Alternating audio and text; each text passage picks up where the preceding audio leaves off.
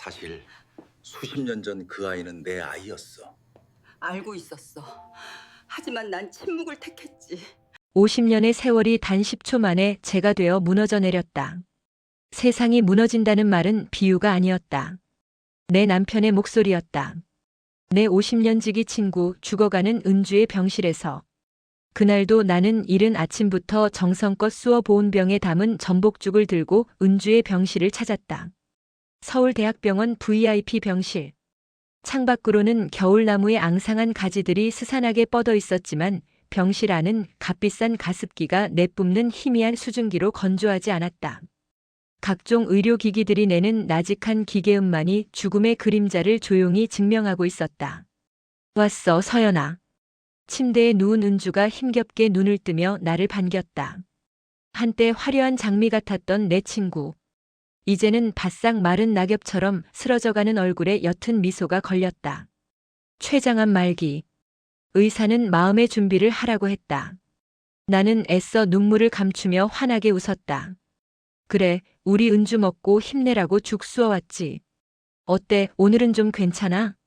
내가 오니까 살 것 같네. 저 양반은 벌써부터 와서 귀찮게 하잖아.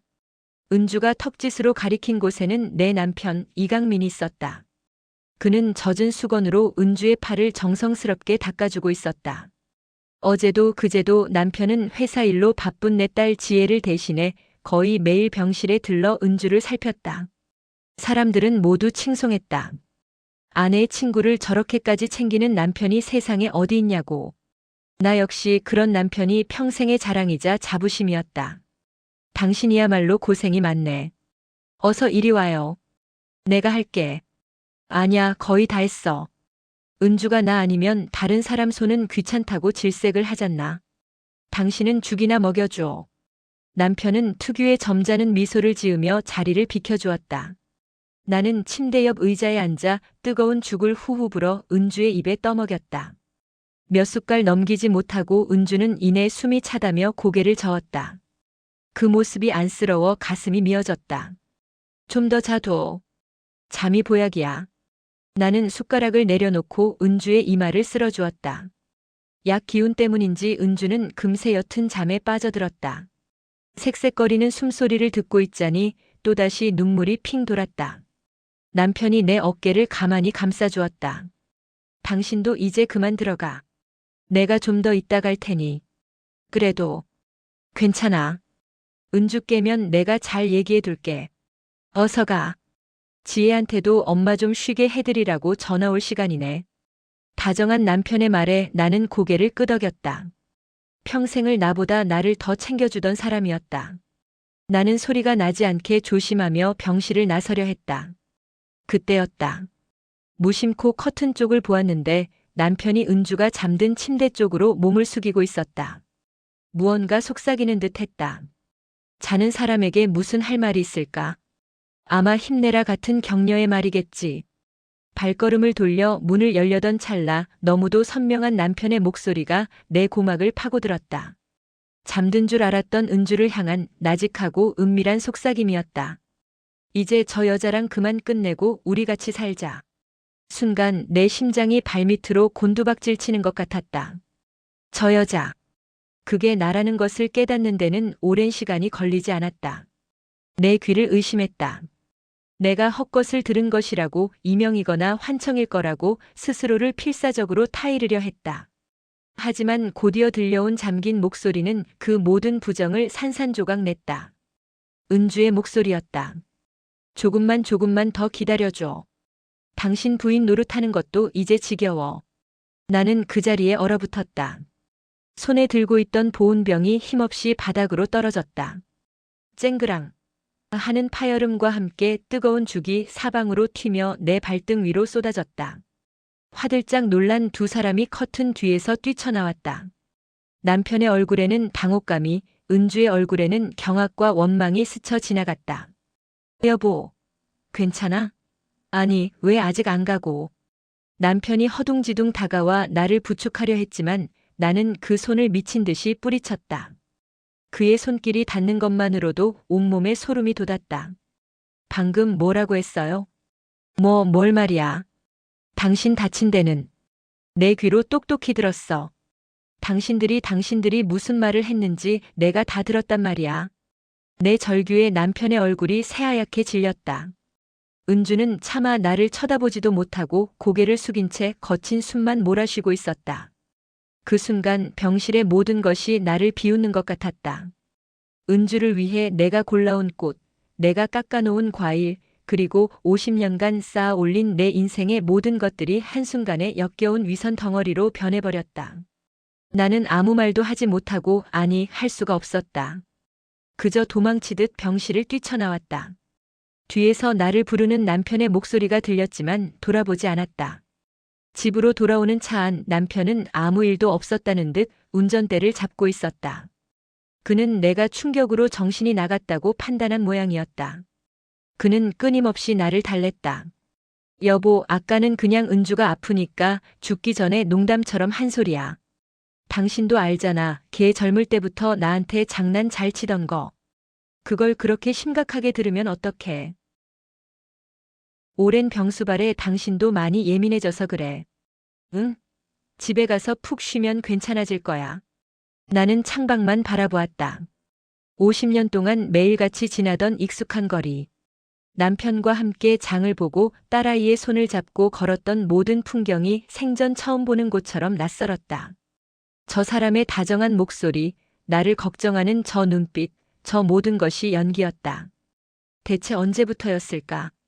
내가 웃고 행복해하는 동안 저들은 내 등 뒤에서 어떤 눈빛을 주고받았을까? 온몸의 피가 차갑게 식는 기분이었다. 집에 도착하자마자 남편은 내 손을 잡고 거실 소파에 앉혔다. 그리고 내 앞에 무릎을 꿇었다. 여보, 제발 오해 좀 풀어. 내가 하늘의 맹세코 은주랑 나는 정말 아무 사이도 아니야.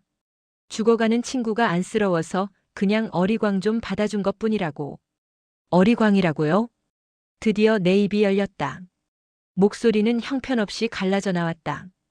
저 여자랑 끝내고 같이 살자는 게 어리광이에요? 당신 부인 노릇이 지겹다는 게 농담이에요? 나는 소파에서 일어나 남편을 내려다보았다. 평생을 존경하고 사랑했던 남자의 얼굴이 아니었다. 끔찍한 괴물의 얼굴이었다. 당신 지금 제정신이야? 어떻게 그런 말을 믿을 수가 있어? 당신 친구이기 이전에 내 친구야. 50년 지기 친구라고. 그런 친구를 내가 어떻게 해? 남편은 벌떡 일어나 오히려 내게 소리를 질렀다. 그의 얼굴은 분노로 붉게 달아올라 있었다. 당신이야말로 정신 차려. 최장한 말기야. 시한부 인생이라고. 그런 사람한테 어떻게 그런 끔찍한 의심을 할 수가 있냔 말이야. 당신 정말 너무 잔인한 거 아니야? 적반하장. 그 순간 내 머릿속에 떠오른 단어였다. 그는 나의 상처와 배신감은 안중에도 없었다. 오직 자신들의 비밀이 탄로난 것에 대한 분노와 상황을 모면하려는 비겁함 뿐이었다. 그는 나를 미친 여자, 의부증에 걸린 아내, 심지어 죽어가는 친구를 질투하는 악독한 사람으로 몰아가고 있었다. 내가 잘못 들은 게 아니야. 분명히. 내 목소리가 절망으로 떨려왔다. 그러자 남편은 기다렸다는 듯 한숨을 쉬며 내게서 한 발짝 물러섰다. 그는 동정과 경멸이 뒤섞인 눈빛으로 나를 바라보며 말했다. 요즘 들어 자꾸 깜빡깜빡하고 그러더니 당신 충격이 너무 커서 헛것을 들은 거야. 병원에 한번 가보자. 응? 내가 좋은 대로 알아볼게. 그 말은 비수처럼 내 심장에 박혔다. 지난 50년 세월에 대한 완벽한 모독이었다. 남편은 나를 정신병자로 만들어서라도 이 상황을 덮으려 하고 있었다. 내 기억과 감정, 내 존재 자체를 부정하고 있었다. 나는 더 이상 아무 말도 할 수 없었다. 남편은 답답해서 미치겠네라는 말을 남기고 서재로 들어가 문을 쾅 닫아버렸다. 텅 빈 거실에 홀로 남겨진 나는 무너져 내렸다. 평생을 바쳐 일군 나의 집, 나의 가정, 나의 세상이 순식간에 사라졌다. 여기는 더 이상 내 집이 아니었다. 그저 낯선 남자와 함께 사는 거대한 무덤일 뿐이었다. 그가 서재로 사라진 뒤 거실의 시간은 멈췄다.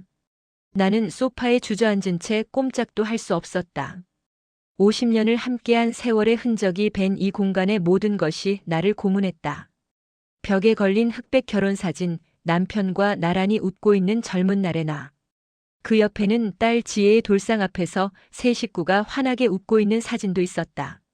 저 사진을 찍어준 사람이 은주였다. 그때 은주는 내 어깨에 손을 얹고 말했다. 서연아, 넌 세상의 모든 행복을 다 가졌구나. 정말 부럽다. 나는 그 말을 진심 어린 축복이라 믿었다. 하지만 지금 돌이켜보니 그건 행복을 빼앗긴 자의 저주 섞인 탄식은 아니었을까? 모든 것이 의심의 안개를 피워 올렸다. 평범했던 일상의 조각들이 날카로운 파편이 되어 내 기억을 헤집었다. 내 안에서 무언가 비명을 질렀다. 아니야, 이강민은 그럴 사람이 아니야. 내 남편은 지혜 아빠는 평생 성실하고 가정밖에 모르던 사람이야. 죽어가는 친구를 향한 동정심이 과했을 뿐이야. 내가 지금 제정신이 아닌 거야.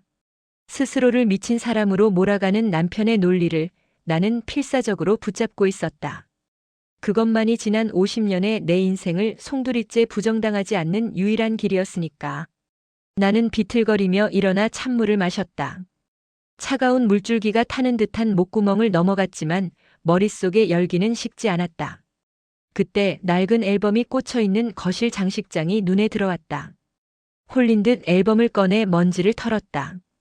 빛바랜 페이지를 넘기자 1970년대의 풋풋한 우리가 나타났다. 20살 대학 MT 때 찍은 사진이었다. 강릉의 한 민박집 앞 모닥불을 피워놓고 옹기종기 모여 앉아 기타를 치고 노래를 부르던 밤.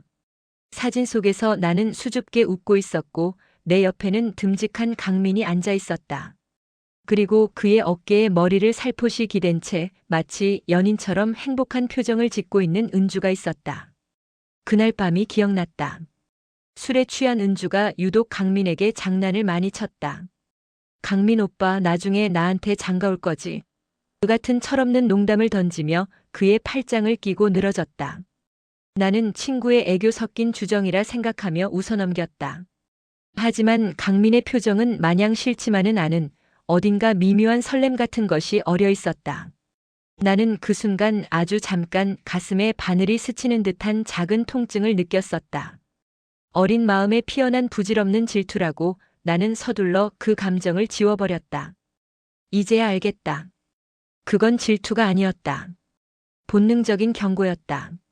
내 것을 탐하는 포식자의 눈빛을 나는 너무 늦게 알아차렸다. 그날 이후로도 은주는 강민 앞에서 유독 살가웠다. 내가 임신했을 때도 입덧으로 고생하는 나를 대신해 남편의 와이셔츠를 다려주겠다며 집으로 찾아왔었다. 다림질하는 은주의 뒷모습을 보며 강민이 역시 은주는 손이 야무져. 서연이 내가 좀 배워야겠다라고 무심코 던졌던 말. 나는 그저 싹싹한 친구와 무뚝뚝한 남편의 조화라고만 생각했다.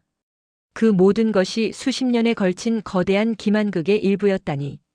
손끝이 부들부들 떨려와 앨범을 덮었다. 그때 휴대전화가 요란하게 울렸다. 딸 지혜였다. 엄마, 괜찮아? 아빠한테 전화 받았어. 엄마가 병원에서 충격받아서 좀 이상하시다고 은주 이모 때문에 너무 상심해서 그런 거지. 병원 한번 가보자, 응? 딸의 목소리는 걱정으로 가득했지만 그 이면에는 나를 이해하지 못하는 답답함이 묻어 있었다. 아, 이강민. 벌써 내 딸에게까지 손을 써놓았구나. 그는 나를 아픈 사람으로 만들어 이 모든 진실을 덮으려 하고 있었다. 지혜야, 그게 아니야. 엄마가 똑똑히 들었어. 내 아빠랑 은주 이모가. 차마 입 밖으로 내뱉기 힘든 단어들이 목구멍에 걸렸다. 내 머뭇거림을 지혜는 다른 의미로 받아들였다. 엄마, 제발. 아빠가 그럴 분 아니잖아. 평생 엄마랑 나밖에 모르고 사신 분이야. 그리고 은주 이모 지금 암으로 돌아가시게 생겼는데 엄마가 너무 예민하게 구는 거야. 내가 이따 저녁에 들를게. 아빠랑 같이 맛있는 거 먹고 기운 내자. 지혜는 내 말을 더 들으려 하지 않고 전화를 끊었다. 세상에 나 혼자만 남겨진 기분이었다. 가장 믿었던 딸마저 아비의 거짓말에 넘어가 나를 정신 이상자로 취급하고 있었다. 그래, 증거가 필요했다. 내 말이 망상이 아니라는 것을 증명할 빼도 박도 못할 증거. 나는 다시 기억의 조각들을 맞추기 시작했다. 몇 년 전 은주가 지금 사는 오피스텔로 이사하던 날이 떠올랐다. 당시 은주는 이혼 후 경제적으로 넉넉지 못했다. 나는 이사 비용이라도 보태주려 했지만 남편이 극구 말렸다. 대신 자신이 직접 발 벗고 나서 며칠 밤낮으로 짐을 싸고 나르는 것을 도와주었다. 무거운 가구를 옮기느라 땀으로 흠뻑 젖은 남편의 등을 수건으로 닦아주며 나는 아내 친구를 위해 저렇게까지 헌신하는 남편이 고맙고 자랑스러웠다. 이사 마지막 날 나는 일을 마치고 온 세 사람을 위해 저녁을 차렸다. 식탁에 마주 앉아 맥주를 마시던 남편과 은주는 유독 즐거워 보였다. 그들만이 아는 농담을 주고받으며 웃었고 서로의 눈빛이 스칠 때마다 내가 끼어들 수 없는 미묘한 기류가 흘렀다. 당시 나는 피곤해서 그런 것이라, 두 사람이 워낙 오랜 친구 사이라 그런 것이라 애써 외면했다. 지금 생각해보니 그건 둘만의 시간을 마음껏 보낸 후의 만족감과 은밀한 희열이었다. 그들은 내 집, 내 식탁에 앉아 나를 완벽하게 속이고 있었던 것이다. 기억이 거기까지 미치자 갑자기 서재 쪽에서 들려오던 남편의 말이 섬광처럼 뇌리를 스쳤다. 버린 줄 알았는데 아직 있었네. 하긴 이걸 어떻게 버려. 몇 달 전 주말이었다. 서재를 청소하던 내가 낡은 서랍 구석에서 무언가를 발견한 남편에게 뭐냐고 물었을 때 그는 당황하며 얼른 서랍을 닫아버렸다. 대수롭지 않게 여겼던 그 순간이 이제와 거대한 의심의 실마리가 되어 나를 잡아끌었다. 나는 조심스럽게 서재 문고리를 잡았다. 남편은 아마 병원으로 다시 갔거나 머리를 식히러 나갔을 것이다. 삐걱거리는 소리와 함께 문이 열렸다. 남편의 채취와 낡은 책 냄새가 뒤섞여 풍겨왔다. 평생 남편의 공간이라 존중하며 함부로 들어오지 않았던 곳. 지금 나는 금단의 영역을 침범하는 배신자가 된 기분이었다. 그의 책상 앞에 섰다. 그리고 몇 달 전 그가 황급히 닫았던 맨 아래 서랍을 망설임 없이 잡아당겼다. 서랍 안에는 낡은 서류들과 잡동사니들이 어지럽게 널려 있었다. 나는 손을 넣어 그것들을 하나씩 헤집었다. 그리고 마침내 내 손끝에 차갑고 단단한 무언가가 닿았다. 천천히 꺼내어 손바닥 위에 올려놓았다. 짙은 녹색 대리석 무늬의 만년필이었다. 40여 년 전 강민의 첫 취직을 축하하며 은주가 선물했던 것이었다. 당시 나는 가난한 학생이라 변변한 선물을 해주지 못했는데 아르바이트를 해서 모은 돈으로 비싼 만년필을 선물하는 은주가 대단해 보이면서도 마음 한구석이 불편했었다. 몇 년 후 강민은 그 만년필을 잃어버렸다며 무척 아쉬워했다. 나는 그 말을 철석같이 믿었다. 그런데 그 만년필이 버리지도 잃어버리지도 않은 채 수십 년의 세월을 건너뛰어 남편의 가장 깊숙한 서랍 속에 잠들어 있었다. 만년필의 금장에는 이니셜이 새겨져 있었다. K, M&E, J. 강민과 은주.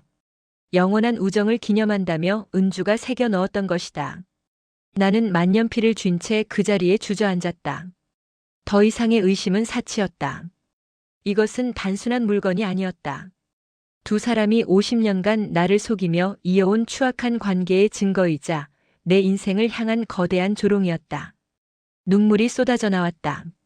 하지만 이번에는 절망이나 슬픔의 눈물이 아니었다. 차갑게 타오르는 분노와 배신감, 그리고 모든 것을 끝내야 한다는 서늘한 결심이 뒤섞인 눈물이었다. 나는 만년필을 손에 꽉 쥐었다. 차가운 금속의 감촉이 내 정신을 더욱 또렷하게 만들었다. 이제 내가 뭘 해야 하는지 분명해졌다. 더 이상 망상에 시달리는 아픈 아내가 아니었다. 진실을 목격한 피해자이자 이 기만극의 막을 내릴 심판관이었다. 이강민과 김은주 두 사람의 죗값을 반드시 치르게 하리라. 나는 눈물을 닦고 자리에서 일어났다. 내 안의 현모양처 박서연은 바로 이 순간 죽었다. 나는 그가 돌아올 때까지 거실 소파에 앉아 만년필을 손에 쥐고 있었다. 묵직하고 차가운 감촉이 내 손바닥의 온기를 야금야금 빼앗아가는 것 같았다. 마치 내 인생을 갉아먹은 저들의 50년 세월처럼. 해가 지고 거실에 어둠이 내렸지만 불을 켤 생각도 하지 않았다. 밖에서 도어록 누르는 소리가 들렸을 때 나는 조금도 놀라지 않았다. 오히려 기다렸다는 듯 천천히 고개를 들어 현관을 바라보았다. 여보, 아직 저녁도 안 먹고 뭐 하고 있어? 거실 불도 켜지 않은 채 어둠 속에 앉아있는 나를 발견한 이강민의 목소리가 뚝 끊겼다. 그는 무언가 잘못되었음을 직감한 맹수처럼 잠시 움직임을 멈추고 나를 살폈다. 왜 그래? 어디 안 좋아? 아까 일 때문에 아직도 속상해서. 그는 조심스럽게 다가오며 위선적인 걱정을 늘어놓았다. 나는 아무 말 없이 탁자 위 스탠드 조명을 켰다. 주황빛 불이 좁게 퍼지며 내 손에 들린 만년필을 비췄다. 그 순간 나는 똑똑히 보았다. 그의 얼굴에서 모든 표정이 사라지는 것을. 점잖은 가장 다정한 남편의 가면이 산산조각 나고 그 아래 숨겨져 있던 맨 얼굴의 당혹감과 공포를. 이게 왜 당신 손에 있어? 그의 목소리는 낮게 잠겨 있었다. 더 이상 나를 아픈 사람 취급하는 다정함은 없었다. 경계심과 분노가 날카롭게 서려 있었다. 내가 물어야 할 말 같네요. 이게 왜 아직도 당신 서랍 가장 깊숙한 곳에 있죠? 잃어버렸다면서요. 나는 자리에서 일어나 그와 마주섰다. 내 목소리는 놀랍도록 차분했다. 눈물 한 방울 나오지 않았다. 어쩌면 내 안의 모든 눈물은 지난 몇 시간 동안 모두 말라붙어 버렸는지도 모른다. 당신 내 서재를 뒤졌어? 그는 나의 질문에 답하는 대신 역으로 나를 비난했다. 죄를 지은 자의 전형적인 화법이었다. 당신과 내 사이에 당신 서재가 어디 있고 내 공간이 어디 있었나요? 우리는 평생 모든 걸 공유한다고 믿었는데.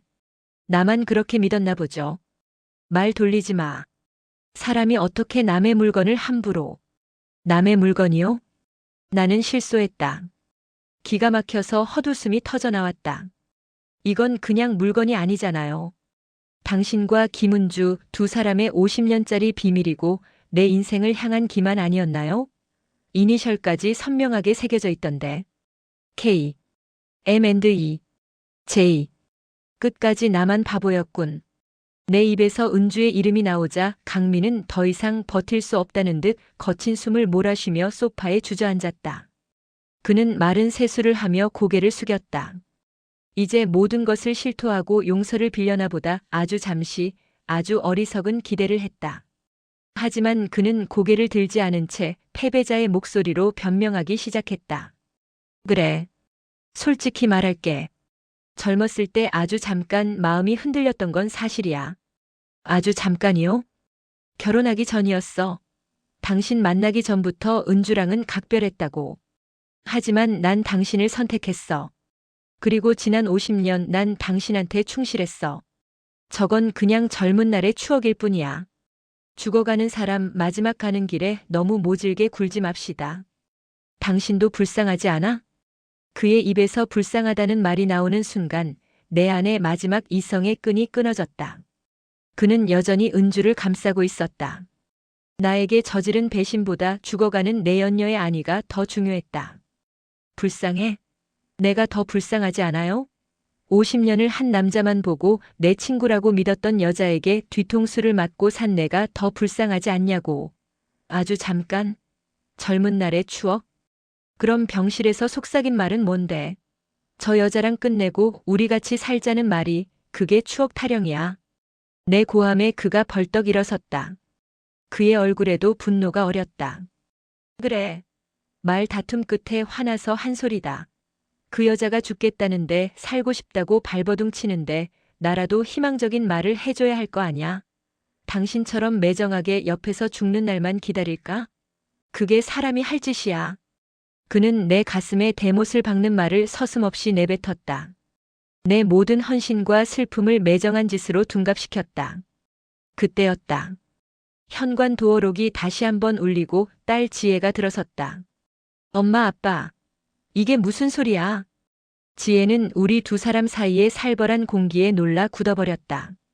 그녀의 손에는 우리가 좋아하던 빵집의 케이크 상자가 들려 있었다. 엄마 아빠 기분 풀어주러 온 착한 딸의 계획은 시작도 전에 박살이 나버렸다. 잘 왔다, 지혜야. 내 아비가 무슨 말을 하는지 내 귀로 똑똑히 들어봐라. 나는 만년필을 쥔 손을 떨며 지혜에게 내밀었다. 이게 뭔지 아니? 내 아빠가 40년 전에 잃어버렸다던 만년필이야. 은주 이모가 선물한 거.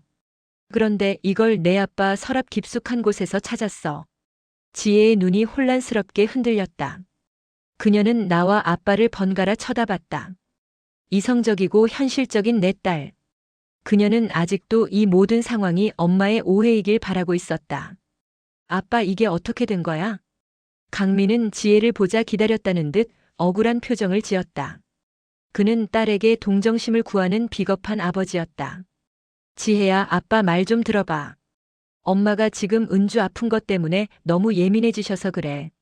저건 그냥 옛날 물건일 뿐인데 내 엄마가 병원에서 은주가 한 농담을 듣고는 우리 사이를 오해하고 계셔. 아빠 정말 억울해 죽겠다. 농담이라고요? 나는 기가 막혀서 다시 한번 소리쳤다. 지혜야, 엄마가 병원에서 똑똑히 들었어. 내 아빠가 은주 이모한테 저 여자랑 끝내고 우리 같이 살자고 했어. 은주 이모는 당신 부인 노릇하는 게 지겹다고 했고. 이게 농담으로 들리니? 내 절규에 지혜의 얼굴이 하얗게 질렸다. 그녀는 믿을 수 없다는 듯 아빠를 바라봤다. 강민은 다급하게 외쳤다. 아니야. 그건 그냥 죽어가는 사람 소원 들어준 거야. 지혜야, 넌 아빠 믿지? 아빠가 평생 어떻게 살았는지 내가 제일 잘 알잖아. 그 순간 지혜의 이성적인 눈이 아빠의 얼굴을 샅샅이 훑었다. 딸은 보았을 것이다. 아빠의 눈동자에 서린 진실한 억울함이 아닌 거짓이 탄로날까 두려워하는 자의 비겁한 공포를. 지혜의 시선이 내 손에 들린 만년필로 향했다. 아빠, 그 만년필 그냥 추억이면 왜 엄마한테 잃어버렸다고 거짓말했어? 그리고 왜 그렇게 당황해? 엄마가 오해한 거면 차분하게 설명하면 되잖아. 왜 엄마를 정신 이상한 사람으로 몰아갔어? 딸의 날카로운 지적에 강민은 말문이 막혔다. 바로 그 순간이 우리 가족의 모든 것이 무너져 내린 결정적인 순간이었다. 지혜는 더 이상 아빠의 편이 아니었다. 그녀는 진실의 편에 서기로 결심했다. 지혜는 내게 다가와 떨리는 내 손을 잡아주었다. 엄마 정말이야? 정말 다 사실이야? 나는 고개를 끄덕였다. 딸의 눈에 차오르는 눈물을 보자 그제야 내 눈에서도 뜨거운 것이 흘러내렸다. 지혜는 나를 부축하며 강민을 향해 돌아섰다. 그녀의 눈에는 경멸과 환멸이 가득했다. 가요, 엄마. 여기서 더 들을 말 없어요. 우리 은주 이모한테 직접 가서 들어요. 뭐? 지혜, 너까지 미쳤어? 거길 왜 가? 환자한테 가서 행패라도 부리려고. 강민이 길을 막아서며 소리쳤다. 하지만 지혜는 단호했다. 비켜. 내 엄마한테 손대지 마. 오늘 이 모든 걸 끝내야겠어. 아빠가 떳떳하다면 같이 가서 증명해. 당신 입으로 직접. 결국 강민은 우리를 막지 못했다. 그는 망연자실한 표정으로 주저앉았고 나와 지혜는 다시 그 지옥 같은 병원으로 향했다. 차 안에서 지혜는 내 손을 꼭 잡고 아무 말도 하지 않았다.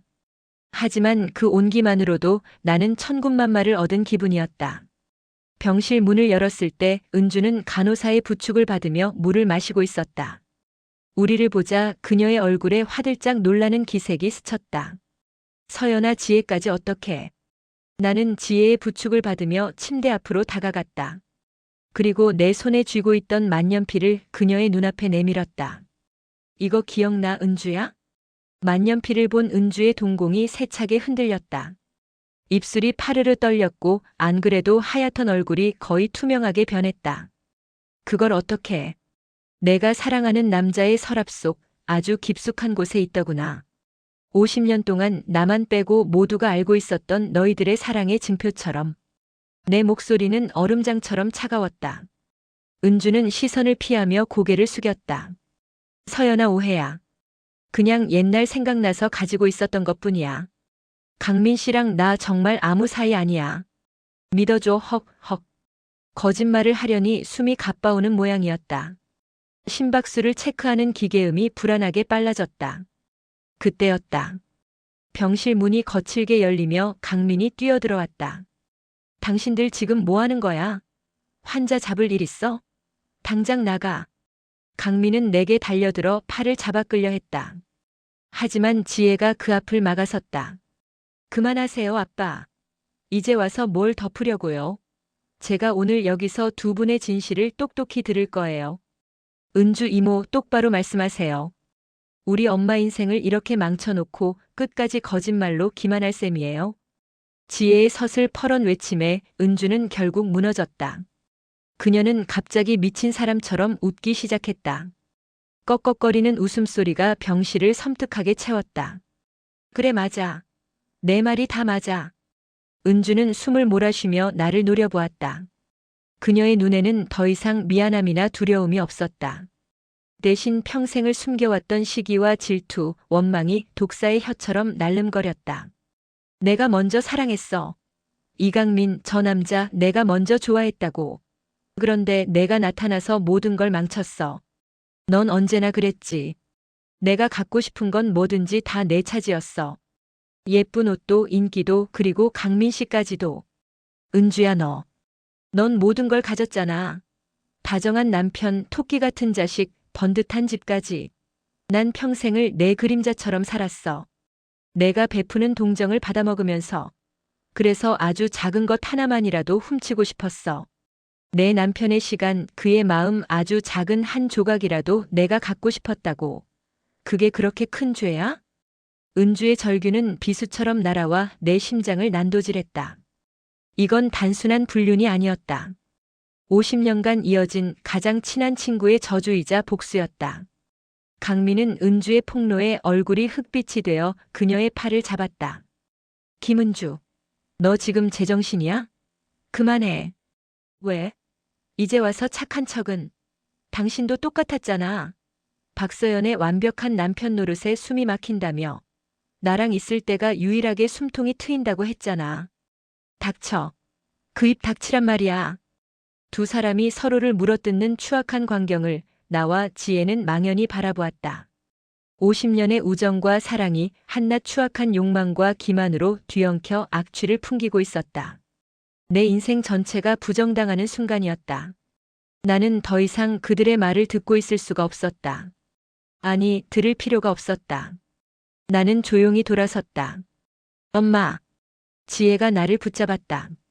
나는 지혜를 돌아보며 희미하게 웃었다. 가자, 지혜야. 다 끝났어. 내 목소리에는 어떤 감정도 실려 있지 않았다. 분노도 슬픔도 배신감도 모두 타버리고 쟤만 남은 것 같았다. 나는 내 인생을 망친 두 사람에게 어떤 저주나 원망의 말도 하지 않았다. 그들은 그럴 가치조차 없는 존재들이었다. 잠깐만 서연아 가지마. 내가 잘못했어. 용서해줘. 제발. 침대에 누운 은주가 필사적으로 손을 뻗으며 나를 불렀다. 하지만 나는 돌아보지 않았다. 용서는 당신이 갈 세상에서나 빌어. 하지만 거기에도 내 자리는 없을 거야. 나는 차갑게 말하고 병실 문을 향해 걸어갔다. 강민이 내 앞을 막아섰다. 그의 얼굴은 눈물과 땀으로 범벅이 되어 있었다. 여보 제발 내가 다 잘못했어. 한 번만 용서해줘. 우리 지혜를 봐서라도. 나는 그의 얼굴을 쳐다보지도 않고 옆을 스쳐 지나갔다. 지혜가 그의 가슴을 밀치며 소리쳤다. 우리 엄마한테서 떨어져. 평생 당신을 아빠라고 부른 게 수치스러워. B-, B-, B-, B-. 그때였다. 은주의 상태가 급격히 나빠졌는지 기계들이 일제히 요란한 경고음을 울리기 시작했다. 간호사들과 의사가 뛰어들어왔고 병실은 순식간에 아수라장이 되었다. 나는 그 모든 소란을 등 뒤로 한 채 딸의 손을 잡고 복도를 걸어 나왔다. 병원 특유의 소독약 냄새가 코를 찔렀다. 나는 내 인생에서 가장 길고 추악했던 하루가 그리고 50년의 거짓된 세월이 마침내 끝나가고 있음을 직감했다. 병원 복도를 빠져나오는 내내 등 뒤에서 들려오던 기계음과 사람들의 다급한 비명소리는 마치 다른 세상의 일처럼 멀게만 느껴졌다. 나는 지혜의 손을 잡고 묵묵히 걸었다. 내 손을 맞잡은 딸의 손은 차갑게 식어 있었지만 그 악력은 그 어떤 온기보다도 든든하게 나를 지탱해주고 있었다. 우리는 엘리베이터를 타고 1층 로비를 가로질러 차가운 밤 공기가 폐부 깊숙이 스며드는 주차장으로 나왔다. 단 한마디의 대화도 없었다. 지금 우리에게 필요한 것은 말이 아니었다. 지난 50년의 세월을 단 몇 시간 만에 송두리째 부정당한 엄마와 평생 존경해온 아버지의 추악한 민낯을 목격한 딸 사이에는 그 어떤 위로의 말도 끼어들 수 없는 거대한 침묵의 강이 흐르고 있었다. 지혜의 차에 올라탔을 때 나는 무너질 것처럼 의자에 몸을 기댔다. 지혜는 시동을 걸기 전 잠시 나를 돌아보았다. 아이의 눈가는 붉게 충혈되어 있었지만 눈물은 흐르지 않았다. 내 딸은 나보다 강했다. 엄마, 우리 집으로 가자. 오늘은 아니, 당분간은 거기서 지내. 나는 힘없이 고개를 끄덕였다. 거기는 이제 내 집이 아니었다. 이강민과 김은주의 미래의 역사가 켜켜이 쌓여있는 거대한 무덤, 혹은 나를 완벽하게 속이기 위해 만들어진 정교한 연극 무대일 뿐이었다. 집으로 가는 길, 차창 밖으로 스쳐 지나가는 익숙한 풍경들이 필름이 끊긴 영화처럼 토막 나보였다. 남편과 함께 걷던 산책로, 지혜가 어릴 때 다니던 피아노 학원, 온 가족이 외식을 하던 단골 식당. 그 모든 장소에 새겨진 행복의 기억들은 이제 날카로운 유리 조각이 되어 내 심장을 후벼 팠다. 지혜의 집에 도착했을 때 사위와 어린 손녀는 이미 잠들어 있었다. 지혜는 소리나지 않게 조심하며 나를 손님방으로 안내했다. 깨끗하게 정돈된 침대와 포근한 이불이 있었지만 잠이 올 리 없었다. 나는 뜬 눈으로 밤을 지새웠다. 천장에 어른거리는 어둠 속에서 강민과 은주의 목소리가 환청처럼 맴돌았다. 저 여자랑 그만 끝내고 당신 부인 노릇도 이제 지겨워. 나는 두 귀를 막았다. 그들의 목소리를 지울 수만 있다면 내 청력을 포기할 수도 있을 것 같았다. 다음 날 아침 지혜는 내 방문을 조심스럽게 열고 들어왔다. 엄마, 한숨도 못 잤지? 일단 씻고 뭐라도 좀 먹자. 나는 기계적으로 일어나 욕실로 향했다. 거울 속에 비친 내 모습은 하룻밤 사이에 10년은 더 늙어버린 낯선 노파의 얼굴이었다. 핏기 없이 푸석한 피부, 공허하게 풀린 눈동자, 깊게 팬 주름. 평생을 현모양처라는 이름 아래 곱게 늙어왔다고 자부했는데 그 모든 것이 거짓된 평화 위에 쌓아 올린 모래성이었음을 깨달은 대가는 이토록 참혹했다. 그날 오후 우리는 다시 그 집으로 향했다. 내 짐을 챙기기 위해서였다. 지혜는 혼자 다녀오겠다고 했지만 나는 고개를 저었다. 내 인생의 마지막을 내 손으로 정리해야만 했다. 도어록 비밀번호를 누르는 손가락이 미세하게 떨렸다. 문을 열고 들어서자 이강민이 초췌한 모습으로 거실 소파에 앉아 있다가 벌떡 일어섰다. 밤새 한숨도 못 잔 듯 그의 얼굴 역시 말이 아니었다. 여보, 지혜야, 당신들 어젯밤에 어디서?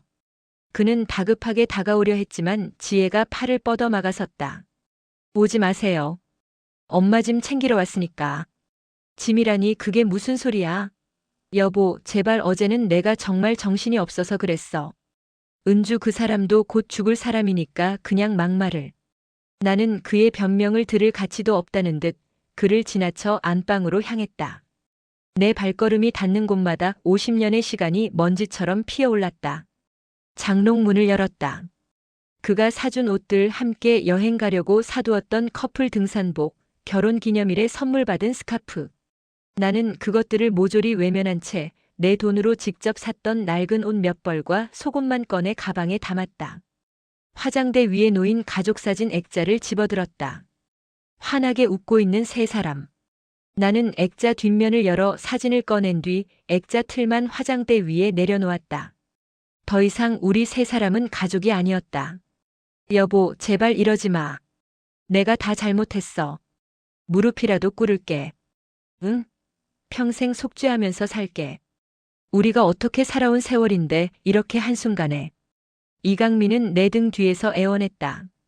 그의 목소리에는 절박함이 묻어났지만 그 어디에서도 진심 어린 참회는 느껴지지 않았다. 그는 나에 대한 미안함이 아니라 평생을 공들여 쌓아온 자신의 완벽한 가정이 무너지는 것에 대한 공포에 떨고 있을 뿐이었다. 나는 마지막으로 서랍을 열어 내 이름으로 된 통장과 도장을 챙겼다. 그리고 결혼할 때 친정 어머니가 물려주신 낡은 자개장을 가만히 쓸어보았다. 이 집에서 유일하게 온전히 내 것인 물건이었다. 다 챙겼어, 엄마. 어느새 다가온 지혜가 내 어깨를 감쌌다. 나는 고개를 끄덕였다. 단출한 가방 하나. 50년의 결혼 생활 끝에 내 손에 남은 것은 고작 이것뿐이었다. 갑시다. 우리가 현관을 나서는 순간까지 이강민은 여보를 외치며 우리를 붙잡으려 했다. 지혜가 그의 앞을 막아서며 차갑게 말했다. 앞으로 엄마 찾지 마세요. 변호사 통해서 연락할 테니까. 아빠는 평생을 엄마 인생 훔쳐간 도둑이고 살인자나 마찬가지야. 쾅. 현관문이 닫히는 소리는 내 지난 50년 인생에 대한 사망 선고처럼 육중하게 울려 퍼졌다. 그로부터 사흘 뒤 낯선 번호로 전화가 걸려왔다. 받지 않으려다 혹시나 하는 마음에 통화 버튼을 눌렀다. 병원 원무과였다. 김은주 씨가 오늘 새벽 임종했다는 소식을 전하기 위해서였다. 보호자로 등록된 이강민 씨가 연락이 닿지 않아 비상 연락망에 있던 내게 전화를 했다고 했다. 나는 아무 말도 할 수 없었다. 수화기 너머에서 직원이 나를 몇 번 더 불렀지만 나는 조용히 전화를 끊었다. 눈물이 날 것이라 생각했다. 50년 지기 친구의 죽음이었다. 아무리 미워도 함께한 세월이 있는데 가슴이 아릴 것이라 예상했다. 하지만 이상하게도 내 마음은 텅 빈 폐허처럼 고요하기만 했다. 슬픔도 분노도 심지어 안도감도 느껴지지 않았다. 그저 내 인생의 한 부분을 차지하고 있던 거대한 종양이 마침내 떨어져 나간 듯한 허탈한 공허함 뿐이었다. 그날 저녁 이강민에게서 문자가 왔다. 은주가 갔네. 내일 발인이니 마지막 가는 길은 내가 배웅해줬으면 좋겠네. 자네가 오지 않으면 사람들이 이상하게 생각할 거야. 마지막 순간까지 그는 자신의 체면과 평판만을 생각하고 있었다. 나는 그 문자를 가만히 들여다보다가 짧게 답장을 보냈다. 내 친구 김은주는 50년 전에 죽었습니다. 당신이 묻으려는 그 여자는 내가 모르는 사람입니다. 더 이상 그에게서 연락은 오지 않았다. 나는 은주의 장례식에 가지 않았다. 빈소에 앉아 상주 노릇을 하고 있을 이강민의 모습을 상상하니 구역질이 치밀었다. 그들은 죽어서도 함께하고 싶었을까? 그렇다면 차라리 잘된 일이었다. 이혼은 생각보다 싱겁게 끝났다. 재산 분할 과정에서 이강민은 이렇다 할 저항을 하지 않았다. 아마도 지혜의 차가운 시선과 이 모든 추악한 진실이 세상에 알려질지도 모른다는 두려움 때문이었을 것이다. 나는 수십 년간 살아온 집의 소유권을 포기하는 대신 그에 상응하는 위자료와 재산을 받았다. 돈으로 내 망가진 인생을 보상받을 수는 없었지만 남은 생을 그 어떤 누구에게도 기대지 않고 오롯이 나 혼자의 힘으로 살아갈 최소한의 기반은 필요했다. 몇 달의 시간이 흘렀다. 나는 지혜의 집 근처에 작은 오피스텔을 얻어 이사했다. 평생을 넓은 주택에서 살다가 손바닥만 한 공간으로 옮겨오니 처음에는 답답하게 느껴졌지만 이내 익숙해졌다.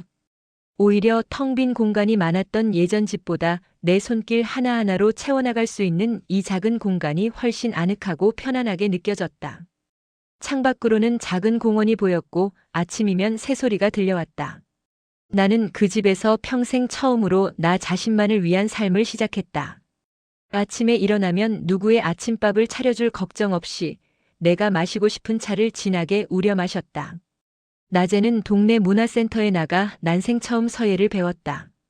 먹을 갈고 화선지에 붓을 대는 동안에는 머릿속을 어지럽히던 모든 상념이 사라지고 오직 나 자신에게만 집중할 수 있었다. 저녁에는 지혜네 집에 들러 손녀의 재롱을 보거나 함께 저녁을 먹었다. 딸은 더 이상 나를 안쓰럽게 여기지 않았다. 대신 새롭게 자신의 인생을 찾아 나선 한 명의 독립된 여성으로 존중해 주었다. 그러던 어느 주말 오후였다. 이삿짐 속에서 미처 풀지 못했던 낡은 상자 하나를 발견했다. 상자를 열자 수십 권의 앨범이 모습을 드러냈다. 지난 50년의 시간이 고스란히 압축되어 있는 기억의 저장소였다. 나는 잠시 망설였다. 이 고통스러운 기억의 잔재들을 마주할 용기가 선뜻 나지 않았다. 하지만 이 또한 내가 거쳐야 할 과정이라는 것을 알고 있었다. 과거와 제대로 작별하지 않으면 나는 영원히 그 그림자 속에서 살아갈 수밖에 없었다. 나는 심호흡을 하고 첫 번째 앨범을 펼쳤다. 풋풋한 20살의 내가 수줍은 미소를 지으며 이강민의 옆에 서 있었다. 그 옆에는 화사하게 웃고 있는 은주가 팔짱을 끼고 있었다. 예전 같았으면 배신감에 치를 떨었을 사진이었지만 이제는 무덤덤했다. 그저 아무것도 모른 채 행복을 꿈꾸던 어린 날의 내가 가엾게 느껴질 뿐이었다. 나는 조심스럽게 사진을 꺼내 가위로 이강민과 은주의 모습을 잘라냈다. 오려낸 사진 조각들은 옆에 놓아둔 쓰레기 봉투에 던져 넣었다. 그리고 남은 나의 독사진은 따로 모아두었다. 다음 장을 넘겼다. 결혼식 사진, 신혼여행지에서 찍은 사진, 지혜가 태어났을 때 병원에서 찍은 사진. 나는 기계적으로 가위를 눌렸다. 이강민의 모습을 오려낼 때마다 내 인생의 일부가 함께 잘려나가는 듯한 통증이 느껴졌지만 나는 멈추지 않았다. 이것은 과거를 부정하는 행위가 아니었다. 거짓으로 포장된 진실 속에서 온전한 나의 진짜 기억만을 가려내는 작업이었다. 한참을 그렇게 사진을 정리하다 보니 어느덧 마지막 앨범에 다다랐다. 최근 몇 년간의 사진들이었다. 정년퇴직을 한 남편과 나란히 찍은 사진, 지혜의 가족과 함께 떠났던 제주도 여행 사진. 사진 속에 나는 인자하고 행복한 할머니의 미소를 짓고 있었다. 하지만 나는 알고 있었다. 저 미소 뒤에 숨겨진 남편의 미묘한 부재와 은주와의 잦은 통화에 대한 작은 불안감들을. 나는 그 모든 불안의 신호를 애써 외면하며 나의 가정이 완벽하다고 스스로를 세뇌시켜왔던 것이다. 나는 마지막 사진까지 모두 정리했다. 쓰레기 봉투에는 잘려나간 이강민과 은주의 모습이 가득 쌓여 있었고 내 앞에는 오롯이 나와 그리고 사랑하는 딸과 손녀의 모습만이 담긴 사진들만 남아 있었다. 나는 그 사진들을 새로운 앨범에 한 장 한 장 정성스럽게 옮겨 담았다. 이것이 나의 진짜 인생이었다. 비록 절반은 도려내졌지만 남은 것만으로도 충분히 소중하고 가치 있는 나의 역사였다. 모든 정리를 마쳤을 때 창밖은 이미 어스름한 새벽빛에 물들고 있었다. 밤을 꼬박 새운 셈이었다. 나는 뻐근한 몸을 일으켜 창가로 다가갔다. 창문을 열자 차갑지만 신선한 새벽 공기가 밀려 들어왔다. 저 멀리 도시의 빌딩 숲 너머로 붉은 기운이 서서히 번지기 시작했다. 장엄하고 고요한 일출이었다. 나는 떠오르는 아침 해를 가만히 바라보았다. 지난 50년간 나는 매일 아침 남편의 아침밥을 차리기 위해 해가 뜨기도 전에 일어났었다. 하지만 단 한 번도 떠오르는 해를 제대로 바라본 적은 없었다. 나에게 아침은 언제나 새로운 시작이 아니라 누군가를 위해 반복되는 의무의 시작일 뿐이었으니까. 하지만 오늘 아침의 태양은 달랐다. 저 해는 오직 나 박서연을 위해 떠오르는 것 같았다. 거짓된 과거의 어둠을 모두 몰아내고 나의 새로운 시작을 축복해주는 것만 같았다. 눈물이 났다. 하지만 이번에는 분노나 슬픔의 눈물이 아니었다. 내 남은 인생을 잘 살아낼 수 있을 것 같다는 조용한 희망과 평생 처음으로 느껴보는 완전한 자유로움에 대한 감사함의 눈물이었다. 나는 두 팔을 벌려 새벽의 정기를 온몸으로 받아들였다. 태양은 어제와 똑같이 떠올랐지만 그것을 바라보는 나는 더 이상 어제의 박서연이 아니었다. 상처는 깊었지만 나는 무너지지 않았다. 나는 살아남았고 마침내 나 자신으로 바로 섰다. 괜찮아. 이제부터 시작이야. 나직한 나의 다짐이 새벽 공기 속으로 흩어졌다. 떠오르는 아침 해를 바라보는 내 얼굴 위로 아주 오랜만에 진짜 나의 미소가 잔잔히 피어올랐다. 50년의 배신, 만약 여러분이라면 어떤 선택을 하셨을까요? 댓글로 자유롭게 의견을 나눠주세요. 서연님의 새로운 시작을 응원하며 좋아요와 구독도 꼭 눌러주세요.